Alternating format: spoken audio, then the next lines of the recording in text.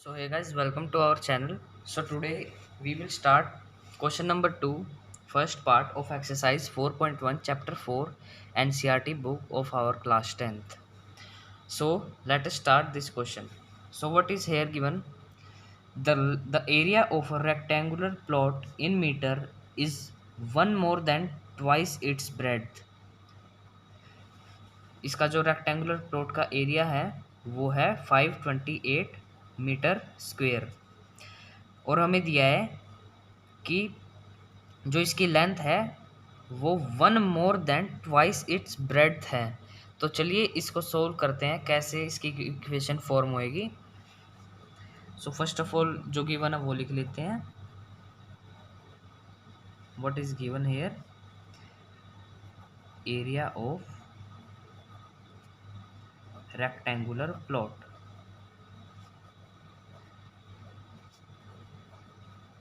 is equal to 528 meter square and the relation given between the length and the breadth is, इसका मतलब जो length होगी according to question the length will be one more than one if breadth, let us assume breadth as x, then the length is one more than twice its breadth। इसका मतलब ये है जो length है वो bread से one more है, इसका मतलब प्लस वन, और ट्वाइस इट्स ब्रेड उसका दुगना भी है। Hope you will have understand this equation. और इसके बाद हमें पता है कि एरिया का रेक्टेंगल के एरिया का जो फॉर्मूला होता है वो होता है हमारे पास लेंथ इनटू ब्रेड्थ, और ये इज इक्वल टू होता है एरिया ऑफ रेक्टेंगल। सो इस फॉर्मूले में पुट कर देंगे गाइज हम इसको। तो पुट करने के बाद हमारे पास कुछ ऐसी इक्वेशन फॉर्म होएगी। लेंथ कितनी है हमारे पास 2x प्लस 1 और इनटू ब्रेड्थ हमारे पास है x। ब्रैकेट्स का गाइज हम इसमें ख्याल रखेंगे। और एरिया कितना है हमारे पास 528 मीटर स्क्वेयर हमारे पास इसका एरिया है। सो गाइज नेक्स्ट स्टेप में 2 की मल्टीप्लाई होगी x से और फिर 2 की मल्टीप्लाई होगी 1 से। इसको डिस्ट्रीब्यूटिव प्रॉपर्टी कहते हैं गाइज हम मैथ्स में। तो ये हो जाएगा 2x plus 2 into X is equal to 528। The next आगे करेंगे तो गाइज x की मल्टीप्लाई 2x से हो जाएगी और x की मल्टीप्लाई 2 से हो जाएगी, क्योंकि ये ब्रैकेट में है ये भी और ये भी। तो सॉल्व करने के बाद हमारे पास आएगा 2x square plus 2x is equal to 528 metre square का ध्यान रखेंगे साथ के साथ। आगे guys 2x square plus 2x is equal to ये होएगा गाइस 4x स्क्वेयर। और अगर हम जो राइट टर्म है उसको यहाँ पे पुट कर देंगे तो ये हो जाएगा 5 माइनस 528 मीटर, अभी हम इसमें नहीं रखें, इज इक्वल टू 0 पुट कर देंगे हम। देयरफॉर गाइस हमें क्वेश्चन में यही इक्वेशन फॉर्म करनी थी और ये हमने कर दी है।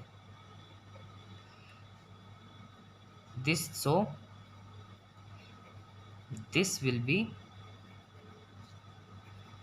the required equation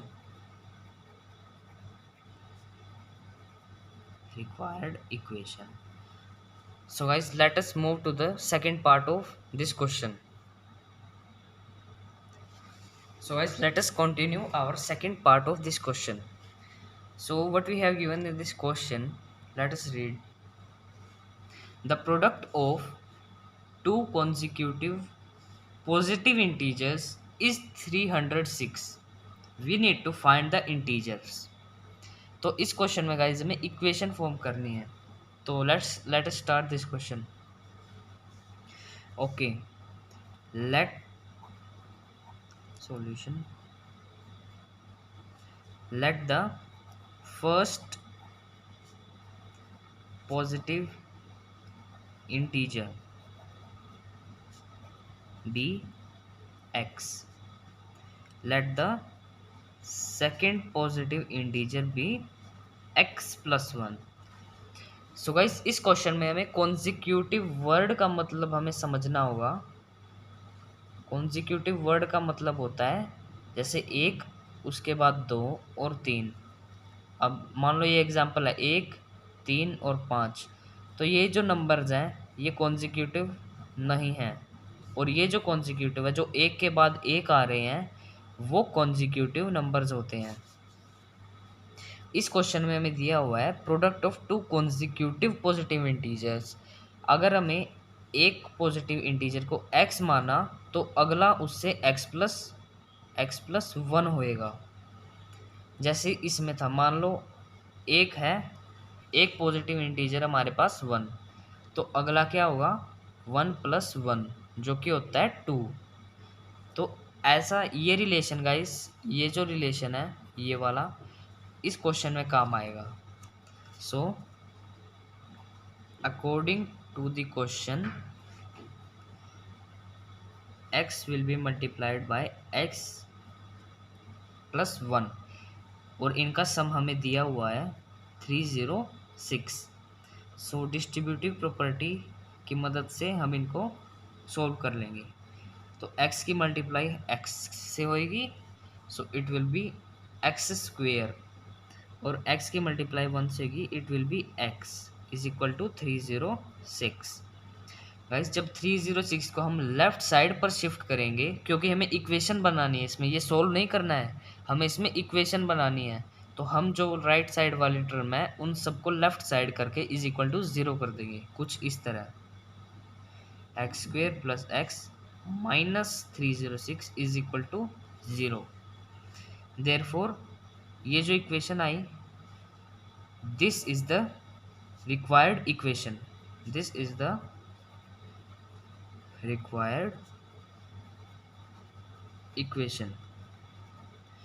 so guys, यही था इसका सेकंड पार्ट. तो चलिए थर्ड पार्ट की तरफ शिफ्ट करते हैं. So guys, let us start our question number 2 का third part. So what we have given in this question is Rohan mother is 26 years older than him. So जो given है हमें वो लिखते जाएंगे, ये क्वेश्चन अपने आप सोल्व होते चले जाएंगे. So what is given here is Rohan's mother age is, and there is find Rohan's present age written here. So let Rohan's age be x. अगर रोहन की एज x है और जो रोहन की मम्मी है वो उससे 26 साल बड़ी है, तो ये हो जाएगा x प्लस 26. और यहाँ पर ईयर्स लगाना नहीं भूलेंगे हम, ईयर्स. ओके, सो नेक्स्ट अगला रिलेशन हमें दिया हुआ है इसमें, the product of their ages, इन दोनों एजेस का प्रोडक्ट फ्रॉम 3 ईयर्स, 3 साल के बाद. इसका मतलब होएगा गाइस अकॉर्डिंग टू क्वेश्चन दोनों की एजेस में 3 ऐड कर देंगे, क्योंकि 3 साल बाद का रिलेशन दिया है, प्लस 3 और x प्लस 3. 3 साल बाद इनका जो प्रोडक्ट है दोनों का वो इक्वल होएगा 360 के. तो सोल्व करेंगे गाइस इस इक्वेशन को. अब first of all x will B multiply by this 3 terms. So what will be answer, x की x स्क्वेयर हो जाएगा, x की मल्टीप्लाई 26 से होगी, प्लस 26x प्लस 3x, और 3 की मल्टीप्लाई करेंगे तीनों से तो होएगा +3 3 = 9 +3 26 मल्टीप्लाई बाई 3 कितना होता है 18 178 +78 +3x = 360। देखो गाइस बिल्कुल सिंपल है, कुछ नहीं किया हुआ है, हमें बस इस क्वेश्चन में गिवन लिखना है और जो भी रिलेशन दिया हुआ है साथ के साथ सोल्व करते चलना है।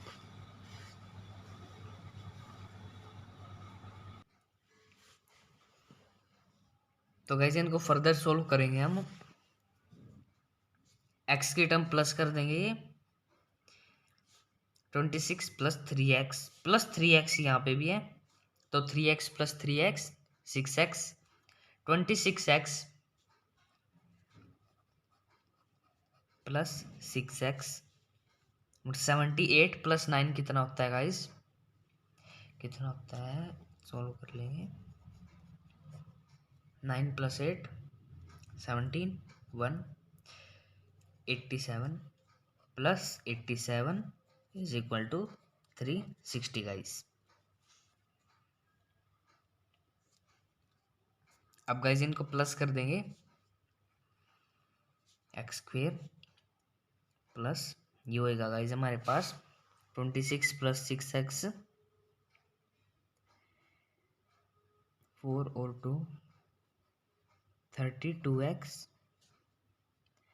Plus 87 = 360। So guys x² plus 32x plus 87x minus इसको लेफ्ट साइड शिफ्ट कर देंगे गाइस = 0। दस this is the required equation. हमें इस क्वेश्चन में इक्वेशन बतानी है। So this is the required equation.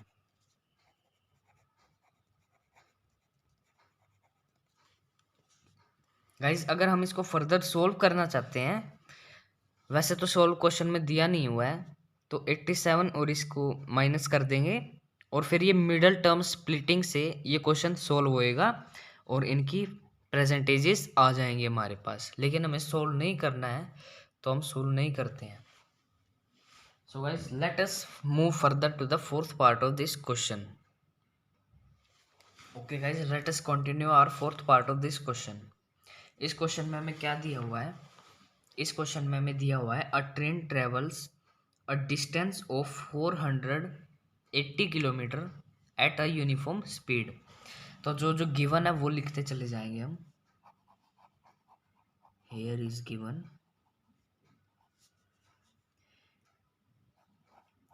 Distance हमारे पास गिवन है इसमें = 480 kilometres at a uniform speed. तो स्पीड को हम लेट कर लेंगे गाइस, इसमें let the speed be x। अगर स्पीड x है और डिस्टेंस 480 है गाइस, तो इसमें टाइम कितना होएगा। सो टाइम हमें एक फॉर्मूला पता है, time = distance upon speed. So time will be t = 480 upon x। This is our first equation, first case, मतलब ये फर्स्ट केस है। सेकंड केस हमें क्या दिया हुआ है इसमें, if the speed has been 8 kilometre less. Second case, if speed 8 kilometre less -x - 8 हो जाएगा 8 किलोमीटर लेस। अगर स्पीड हमारी 8 किलोमीटर लेस है तो डिस्टेंस उतना ही रहेगा, तो डिस्टेंस हमारा उतना ही है 480 किलोमीटर। तो इसमें टाइम कितना लगेगा गाइस हमें, इसमें हमें टाइम लगेगा 480/x-8। ये हमारे पास सेकेंड इक्वेशन आ गई। यहाँ तक तो सिंपल था गाइस। आगे हमें क्या दिया हुआ है, 8 किलोमीटर अगर स्पीड को कम कर दें हम, then it would take 3 hours more to cover the same distance. इसका मतलब ये है गाइस, अगर हम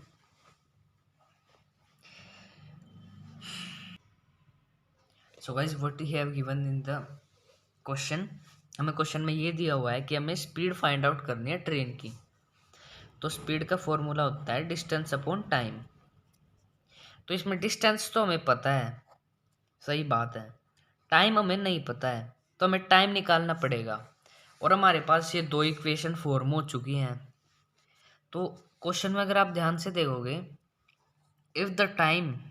if the speed has been 8 kilometer less, then it would take 3 hour more to cover the same distance।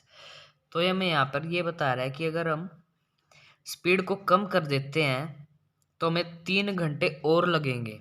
तो इसका मतलब हमें टाइम फाइंड आउट करने के लिए जो लार्जर वन है गाइस, उसमें से ये घटाना माइनस करना पड़ेगा और वो इज इक्वल टू 3 को पुट करना पड़ेगा हमें। तो हमारे पास टाइम निकल के आ जाएगा। So guys let us continue further.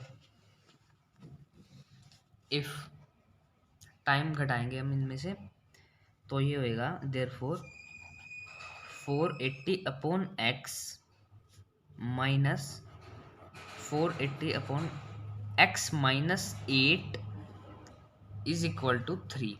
ये रिलेशन फॉर्म करना पड़ेगा गाइस हमें इस क्वेश्चन को सॉल्व करने के लिए। तो गाइस ये इक्वेशन हमारे पास कुछ इस प्रकार आई है। स्पीड हमें निकालनी थी, तो इसका फॉर्मूला होता है डिस्टेंस अपॉन टाइम। तो 480 तो ऊपर हमने डिस्टेंस रख दिया, और जो टाइम है वो हमारे पास 2 है। तो अगर हम फर्स्ट वाले में से सेकंड वाला माइनस कर देंगे तो हमारे पास जो रियल टाइम है वो आ जाएगा और इज इक्वल टू 3। ये है गाइज हमारी इट वुड टेक टाइम। ठीक है गाइज, ये कुछ इस प्रकार यूज हुई है, time is equal to d/s अगर स्पीड। ठीक है गाइज, ये टाइम है, डिस्टेंस अपॉन s। देखो ये d, ये s, ये क्या हुआ हमारे पास time. Time is equal to d/, ये टाइम है, ये डिस्टेंस है। ऐसे ऐसे फॉर्म की गाइज हमने ये इक्वेशन। तो सोल्व करेंगे, इनका एलसीएम ले लेंगे गाइज। अब आगे हम कितना होगा इनका एलसीएम, इनका एलसीएम होएगा x² - 8। सो अब क्या आएगा इसका आंसर, x को किससे मल्टीप्लाई करें कि हमारे पास x² - 8 आ जाए। सो गाइज इसमें ये गलती से लिखा गया। अब ध्यान से देखो इस इक्वेशन में 40/x, तो आपको कुछ याद आया, ये 1/x की फॉर्म में है, और ये -40/, और ये किसकी फॉर्म में है गाइस, ये फॉर्म है 1/x-8 की फॉर्म में है। तो इनको हम let 1/x be u and 1/x-8 be v। इसको एज्यूम कर लेंगे हम। एज्यूम करने के बाद हमारे पास कुछ ऐसा आएगा, 480u minus 480v is equal to 3।